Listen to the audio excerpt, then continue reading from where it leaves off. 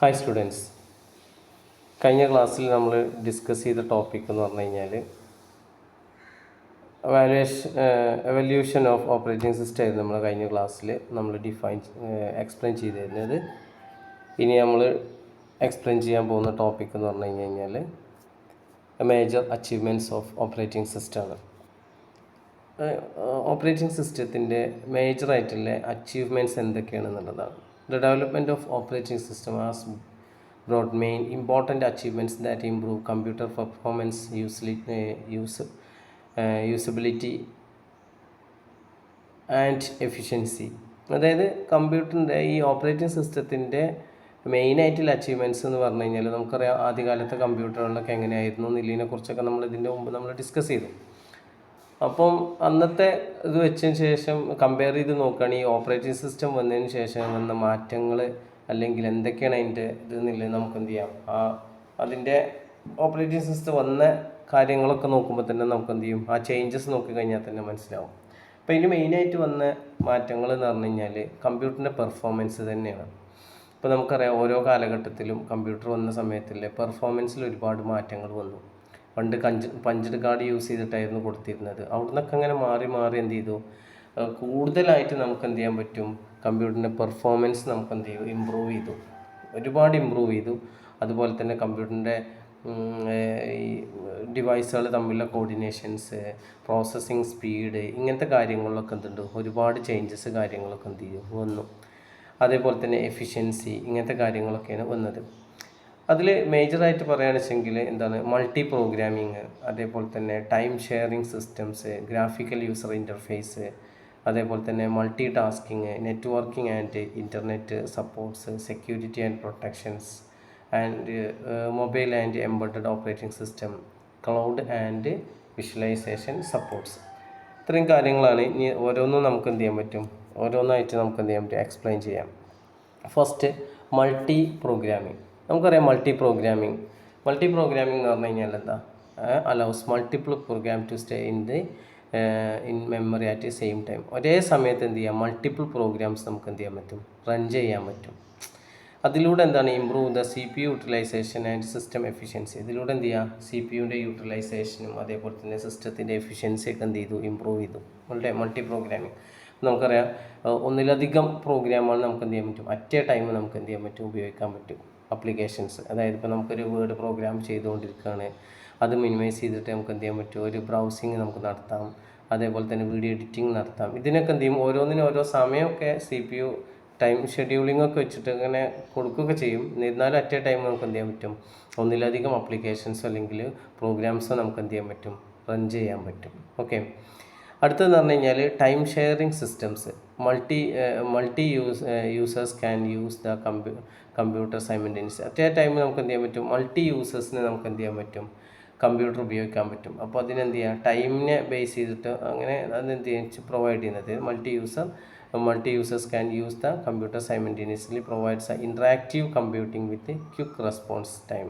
ഇതൊക്കെ എന്ത് ചെയ്യാണ്, ടൈം ഷെയറിംഗിൽ വന്നത്. അടുത്തത് ഗ്രാഫിക്കൽ യൂസർ ഇൻ്റർഫേസ് ആണ്, GUI. അപ്പോൾ GUI എന്ന് പറഞ്ഞു കഴിഞ്ഞാൽ എന്താ, ഗ്രാഫിക്കൽ യൂസർ ഇൻ്റർഫേസ്. നമുക്കറിയാം ആദ്യകാലങ്ങളിൽ എന്ത് ചെയ്യുക, കമാൻഡ് ഓറിയൻറ്റഡ് ആയിട്ടുള്ള സിസ്റ്റംസ് ആയിരുന്നു. അതിനെന്ത് ചെയ്തു, കംപ്ലീറ്റ് റിമൂവ് ചെയ്തു. ഇപ്പോൾ എന്ത് ചെയ്യുക, ഗ്രാഫിക്കൽ യൂസർ ഇൻ്റർഫേസ് ആണ്. അതായത് ഇപ്പോൾ ഐക്കൺസ്, മെനു, പോയിൻറ്റേഴ്സ്, ഇങ്ങനത്തെ കാര്യങ്ങളൊക്കെ നമ്മൾ ഉപയോഗിക്കാൻ തുടങ്ങി. ഇപ്പോൾ നമുക്കറിയാം ഈ MS DOS ഓപ്പറേറ്റിംഗ് സിസ്റ്റം നമുക്കറിയാം, ഡിസ്ക് ഓപ്പറേറ്റിംഗ് സിസ്റ്റം എന്ന് പറഞ്ഞു കഴിഞ്ഞാൽ DOS ഓപ്പറേറ്റിംഗ് സിസ്റ്റം. നമുക്ക് എന്ത് ചെയ്യാം, നമ്മൾ കമാൻഡ് കൊടുക്കുന്നു. ഇപ്പം കോപ്പി ഫയൽ നെയിം എന്നൊക്കെ പറഞ്ഞ് DOS ഒക്കെ പഠിച്ച ആളുകൾക്ക് അറിയാം. അപ്പോൾ അതിൽ ഡയറക്ടറി പറഞ്ഞാൽ അവിടെ ഫോൾഡറിന് ഡയറക്ടറി എന്ന് പറയാം. അപ്പോൾ ഒരു ഫോൾഡർ ക്രിയേറ്റ് ചെയ്യുകയാണെന്ന് വെച്ചെങ്കിൽ എന്ത് ചെയ്യുക, MK DIR എന്ന് പറഞ്ഞു കഴിഞ്ഞാൽ മേക്ക് ഡയറക്ടറി. അങ്ങനെ എന്നിട്ട് ഫോൾഡറിൻ്റെ നെയിം കൊടുക്കണം. അപ്പോൾ ആ ഫോൾഡർ ക്രിയേറ്റ് ചെയ്യുക. അപ്പോൾ നമ്മൾ റൈറ്റ് മൗസ് ബട്ടൺ ക്ലിക്ക് ചെയ്തു, ന്യൂ നിലയിൽ പോകുന്നു, ഫോൾഡർ ക്ലിക്ക് ചെയ്യുന്നു, പേര് കൊടുക്കുന്നു, അല്ലേ, ഫുള്ള് മെനുവും കാര്യങ്ങളൊക്കെ ആക്കിയിട്ട് മാറ്റി. അപ്പോൾ ഈ ചേഞ്ചസ് എന്ന് പറഞ്ഞു കഴിഞ്ഞാൽ ഗ്രാഫിക്കൽ യൂസർ ഇൻ്റർഫേസ് ആണ് വലിയൊരു ചേഞ്ചസിലോട്ട് വന്നത്. ഓക്കെ, മറ്റേത് നമുക്ക് കമാൻഡും കാര്യങ്ങളൊക്കെ നമ്മൾ എന്ത് ചെയ്യുന്നു, ഓർത്ത് വെക്കേണ്ടി വരുമായിരുന്നു. അപ്പോൾ എന്ത് ചെയ്യുക, ജസ്റ്റ് നമുക്ക് അവിടെ നോക്കിക്കഴിഞ്ഞാൽ നമുക്ക് അറിയാൻ പറ്റും, ഐക്കൺസും മെന്യൂസൊക്കെ വെച്ചിട്ട് നോക്കാം. അപ്പോൾ അതിന് എക്സാമ്പിളാണ് നമ്മൾ മൈക്രോസോഫ്റ്റ് വിൻഡോസ്, മാക് OS ഒക്കെ എന്ത് ചെയ്യുക, അതിന് എക്സാമ്പിൾസ് ആയിട്ട് വരുന്നതാണ്. അടുത്തതെന്ന് പറഞ്ഞു കഴിഞ്ഞാൽ എന്ത് ചെയ്യാം, അടുത്തത് പറഞ്ഞു കഴിഞ്ഞാൽ മൾട്ടി ടാസ്കിങ് എന്ന് പറഞ്ഞു കഴിഞ്ഞാൽ നമ്മൾ പറഞ്ഞു several application at same time നമുക്ക് എന്ത് ചെയ്യാൻ പറ്റും, റൺ ചെയ്യാൻ പറ്റും. അതാണ് മൾട്ടി ടാസ്കിങ് എന്ന് പറഞ്ഞു കഴിഞ്ഞാൽ. ഒരേ സമയത്ത് തന്നെ ഓപ്പറേറ്റിംഗ് സിസ്റ്റം ഒന്നിലധികം ടാസ്കുകൾ എന്ത് ചെയ്യും മൾട്ടി ടാസ്കിങ്. ഇപ്പോൾ നമുക്കൊരു ഫയൽ കോപ്പി ചെയ്തുകൊണ്ടിരിക്കുകയാണ്, ആ സമയത്ത് നമുക്ക് എന്ത് ചെയ്യാൻ പറ്റും, നമുക്ക് എന്ത് ചെയ്യാം, എന്തെങ്കിലും വർക്കുകളൊക്കെ നമുക്ക് ചെയ്യാൻ പറ്റും. അതേപോലെ നമ്മൾ എന്തെങ്കിലും നമുക്ക് PPT അങ്ങനെ എന്തെങ്കിലും സാധനം ചെയ്തുകൊണ്ടിരിക്കുന്ന സമയത്ത് ബാക്ക്ഗ്രൗണ്ടിൽ നമുക്ക് എന്ത് ചെയ്യാൻ പറ്റും, ചെറിയ ലൈറ്റ് മ്യൂസിക്കൊക്കെ നമുക്ക് എന്ത് ചെയ്യാൻ പറ്റും, പ്ലേ ചെയ്യാൻ പറ്റും. അപ്പോൾ അതൊക്കെ നമുക്ക് എന്ത് ചെയ്യാൻ പറ്റും, ഇതിൽ ചെയ്യാൻ പറ്റും. അതൊക്കെ നമുക്ക് പറഞ്ഞാൽ മൾട്ടി ടാസ്കിങ് ആണ്. പിന്നെ അതേപോലെ തന്നെ സെക്യൂരിറ്റി പിന്നെ വന്നതെന്ന് പറഞ്ഞു കഴിഞ്ഞാൽ സെക്യൂരിറ്റിയും അതേപോലെ തന്നെ പ്രൊട്ടക്ഷനാണ്. അപ്പോൾ എങ്ങനെയൊക്കെ ആണെങ്കിൽ പോലും ഹൈ സെക്യൂരിറ്റിയും പ്രൊട്ടക്ഷൻ എന്തുണ്ട്, ഓപ്പറേറ്റിംഗ് സിസ്റ്റം പ്രൊവൈഡ് ചെയ്യുന്നുണ്ട്. അടുത്തതെന്ന് പറഞ്ഞു കഴിഞ്ഞാൽ നെറ്റ്വർക്കിംഗ് ആൻഡ് ഇൻ്റർനെറ്റ് സപ്പോർട്ട്. നമുക്കറിയാം നമുക്ക് എന്ത് ചെയ്യാം, മറ്റു കമ്പ്യൂട്ടർ സപ്പോർട്ട് കമ്മ്യൂണിക്കേറ്റ് ബിറ്റ്വീൻ കമ്പ്യൂട്ടേഴ്സുകൾ തമ്മിൽ എന്ത് ചെയ്യാൻ പറ്റും, കമ്മ്യൂണിക്കേറ്റ് ചെയ്യാൻ തുടങ്ങി. അപ്പോൾ നമുക്ക് എന്ത് ചെയ്യാം, വേറെ കമ്പ്യൂട്ടറുകളൊക്കെ നമുക്ക് എന്ത് ചെയ്യാൻ പറ്റും, ആക്സസ് ചെയ്യാൻ പറ്റും. ഇപ്പോൾ ഒരേ നെറ്റ്വർക്കുകളിലാണെച്ചെങ്കിൽ ആ മറ്റു സിസ്റ്റത്തിലത്തെ ഫയലുകൾ നമുക്ക് ഇങ്ങോട്ട് ആക്സസ് ചെയ്യാം, നമ്മൾ സിസ്റ്റത്തിലത്തെ ഫയലുകൾ അങ്ങോട്ട് കൊടുക്കാം, ഷെയർ ചെയ്യാം. അങ്ങനെയൊക്കെ നമുക്ക് ചെയ്യാൻ പറ്റും. ഫയൽ ഷെയറിംഗ് ഒക്കെ പറ്റും. അതേപോലെ തന്നെ ഇൻ്റർനെറ്റ് ആക്സസ് ചെയ്യാം. ഇൻ്റർനെറ്റ് ആക്സസ് ചെയ്യില്ല, റിമോട്ടായിട്ടുള്ള പ്ലേസസിലെ സിസ്റ്റംസ് നമുക്ക് എന്ത് ചെയ്യാൻ പറ്റും, ആക്സസ് ചെയ്യാൻ പറ്റും. ഫയലുകൾ നമുക്ക് ഡൗൺലോഡ് ചെയ്യാൻ ഇങ്ങനത്തൊക്കെ നമുക്ക് എന്ത് ചെയ്യാൻ പറ്റും, പോസിബിൾ ആക്കുന്നുണ്ട്. അടുത്തതെന്ന് പറഞ്ഞു കഴിഞ്ഞാൽ mobile and embedded operating system OS technology expand to smartphone and smart devices. അപ്പോൾ ഈ ഓപ്പറേറ്റിംഗ് സിസ്റ്റം എന്ന് പറഞ്ഞു കഴിഞ്ഞാൽ അങ്ങനെ കമ്പ്യൂട്ടറിൽ ഉപയോഗിക്കുന്ന ഓപ്പറേറ്റിംഗ് സിസ്റ്റം എന്ന് പറഞ്ഞു കഴിഞ്ഞാൽ അതിന്ന് മാറിയിട്ട് നമുക്ക് എന്ത് ചെയ്യാം, സ്മാർട്ട് ഫോണിലോട്ട് അതേപോലെ തന്നെ സ്മാർട്ട് ഡിവൈസിലോട്ടും ഉപയോഗിക്കാൻ പറ്റുന്ന OSലോട്ട് എന്ത് ചെയ്തു മാറി. അപ്പോൾ എന്ത് ചെയ്യുക, അത് പോർട്ടബിളായി അല്ലേ. നമുക്ക് എന്ത് ചെയ്യാൻ പറ്റും, റിയൽ ടൈം ആപ്ലിക്കേഷൻസും അതായത് support portable and real time applications. അപ്പോൾ റിയൽ ടൈം ആപ്ലിക്കേഷൻസിനും അതേപോലെ തന്നെ പോർട്ടബിലിറ്റി ഒക്കെ എന്ത് ചെയ്തു, നമുക്ക് കൊണ്ടുപോകും. അപ്പോൾ ആൻഡ്രോയിഡ് iOS നമ്മളൊക്കെ ഫോണിൽ ഉപയോഗിക്കുന്ന OS കാര്യങ്ങളൊക്കെ ആൻഡ്രോയിഡ് iOS ഒക്കെ ഉണ്ടാവും. ഇതൊക്കെ എന്തുകൊണ്ട് നമുക്ക് റിയൽ ടൈം നമുക്ക് പോർട്ടബിളാണ്, കൊണ്ട് നടക്കാൻ പറ്റുന്ന രൂപത്തിലുള്ള OSലോട്ടൊക്കെ എന്ത് ചെയ്തു മാറി. അതേപോലെ തന്നെ അടുത്തത് cloud and virtualization supports, cloud computing, virtual machines ഒക്കെ നമുക്ക് കണ്ടു. ഇതൊക്കെ എന്ത് ചെയ്യാം, ഓപ്പറേറ്റിംഗ് സിസ്റ്റത്തിൻ്റെ മേജറായിട്ടുള്ള എന്ത് ചെയ്യാം, മേജറായിട്ടുള്ള അച്ചീവ്മെൻറ്റ്സ് ആണ്. ഓക്കെ, അടുത്ത ടോപ്പിക്ക് നോക്കാം, process descriptions and controls. It refer to how an operating system model's program is executed and manage their life cycle. അപ്പോൾ എന്ത് ചെയ്യാം, ഈ പ്രോസസ് ഡിസ്ക്രിപ്ഷൻ ആൻഡ് കൺട്രോൾസ് എന്ന് പറഞ്ഞു കഴിഞ്ഞാൽ ഒരു പ്രോസസ്സിൻ്റെ അതിൻ്റെ ലൈഫ് സൈക്കിൾ എന്താണ്, അതേപോലെ തന്നെ CPU അലോക്കേഷൻ എന്താണ്, റിസോഴ്സ് ഷെയറിങ് എന്താണ്, ഇതിലെ കാര്യങ്ങളൊക്കെയാണ് എന്ത് ചെയ്യുന്നത് ഇവിടെ നമ്മൾ ഡിസ്കസ് ചെയ്യുന്നത്. Okay, and OS tracks this by maintain process states, അതേപോലെ തന്നെ allocating resources and using dedicated data structures, അതായത് PCP. ഇതൊക്കെ നമ്മൾ ഡിഫൈൻ ചെയ്യുന്നുണ്ട്. അപ്പോൾ ഫസ്റ്റ് നമുക്ക് നോക്കാം എന്താണ് ഒരു പ്രോസസ്സ് നോക്കാം. What is a process? A process is a program that is currently under execution. അതായത് കറൻ്റ്ലി എക്സിക്യൂട്ട് നിൽക്കുന്ന സാധനത്തിന് നമ്മൾ എന്ത് ചെയ്യുക, ഒരു പ്രോസസ്സ് എന്നാണ് പറയാം. It is a active entity that perform a specific task in computer system.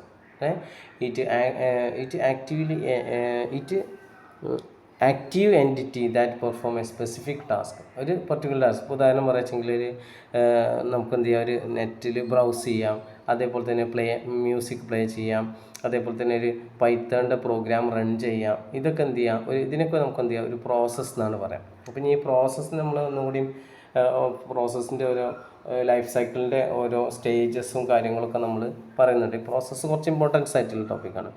അപ്പോൾ നമുക്ക് എന്ത് ചെയ്യാം, എന്താണ് അതിൻ്റെ പ്രോസസ്സിൻ്റെ ബാക്കി എന്നുള്ളത് നമുക്ക് എന്ത് ചെയ്യാം, ജസ്റ്റ് ഒന്ന് നോക്കാം. ഓക്കെ, ഒരു പ്രോസസ്സിൽ എന്തൊക്കെ ഉണ്ടായിരിക്കും? A process contain program code, data, program counter, CPU registers, അതേപോലെ തന്നെ സ്റ്റാക്ക് ആൻഡ് ഹീപ്പ് മെമ്മറീസ്. ഇതൊക്കെയാണ് എന്ത് ചെയ്യുക, ഒരു പ്രോസസ്സിന് ഉണ്ടായിരിക്കുക. ഇത്രയും കാര്യങ്ങളാണ് എന്ത് ചെയ്യുക, ഒരു പ്രോസസ്സിന് ഉണ്ടായിരിക്കുക. ഇനി ടൈപ്പ് ഓഫ് പ്രോസസ്സിൻ്റെ കാറ്റഗറി, അതായത് യൂസർ പ്രോസസ്സ് ഉണ്ടാവും, സിസ്റ്റം പ്രോസസ്സ്. യൂസർ പ്രോസസ്സ് എന്ന് പറഞ്ഞു കഴിഞ്ഞാൽ എന്താ, അപ്പോൾ യൂസർ എന്തെങ്കിലും കാര്യങ്ങൾ ചെയ്യുകയാണെങ്കിൽ അപ്പോൾ എന്തെങ്കിലും ആപ്ലിക്കേഷൻസ് യൂസർ ചെയ്തുകൊണ്ട് സിസ്റ്റത്തിൽ എന്തെങ്കിലും സോഫ്റ്റ്വെയർ നമ്മൾ ചെയ്തുകൊണ്ടിരിക്കുകയാണ്, വേർഡിൽ എന്തെങ്കിലും ചെയ്യുകയാണ്, അല്ലെങ്കിൽ മൂവി കണ്ടുകൊണ്ടിരിക്കുകയാണ്. അപ്പോൾ അതൊരു പ്രോസസ്സാണ്. അപ്പോൾ അത് നമ്മൾ എന്ത് ചെയ്യുക, യൂസർ ക്രിയേറ്റ് ചെയ്യുന്ന ഒരു പ്രോസസ്സാണ് കമ്പ്യൂട്ടറിൽ.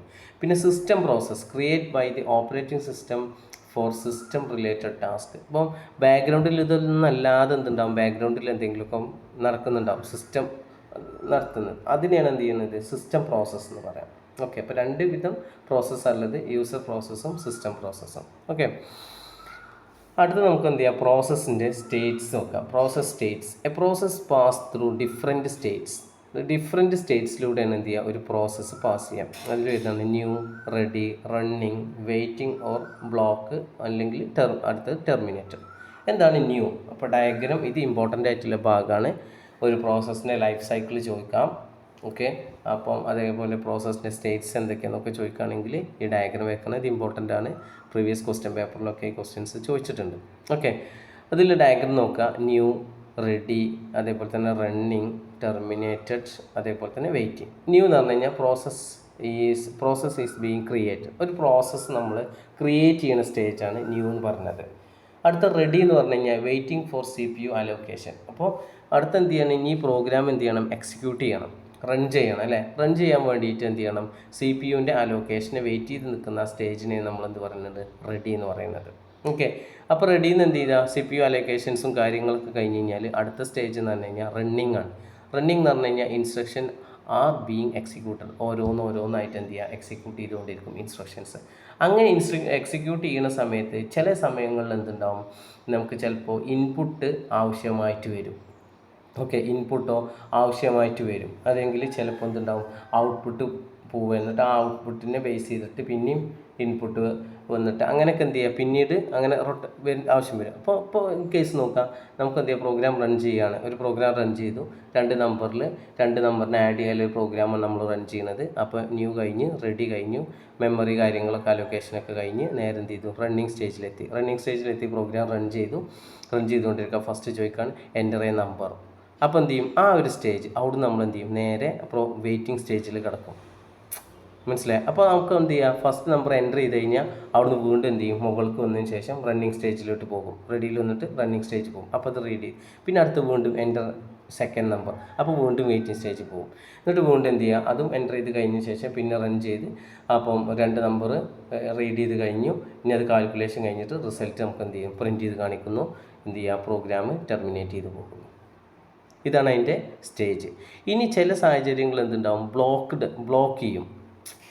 അങ്ങനെ ബ്ലോക്ക് ചെയ്യുന്ന സ്റ്റേജ് വരികയാണെന്ന് വെച്ചെങ്കിൽ നമ്മൾ എന്ത് ചെയ്യുക, ചിലപ്പോൾ റണ്ണിങ്ങിൽ നിന്ന് നേരെ എന്തുണ്ടാവും, ബ്ലോക്ക് സ്റ്റേജിലോട്ട് അങ്ങനെ പോകാറുണ്ട്. ഓക്കെ, അപ്പം ഇതാണ് ഒരു പ്രോസസ്സിൻ്റെ ലൈഫ് സൈക്കിൾ. ആദ്യം ഒരു പ്രോഗ്രാം ക്രിയേറ്റ് ചെയ്യുന്നു, പിന്നെ അത് റെഡി എന്നുള്ള സ്റ്റേജിലെത്തുന്ന സമയത്ത് CPU അലോക്കേഷൻസും കാര്യത്തിനൊക്കെ വെയിറ്റ് ചെയ്ത് നിൽക്കുന്നു.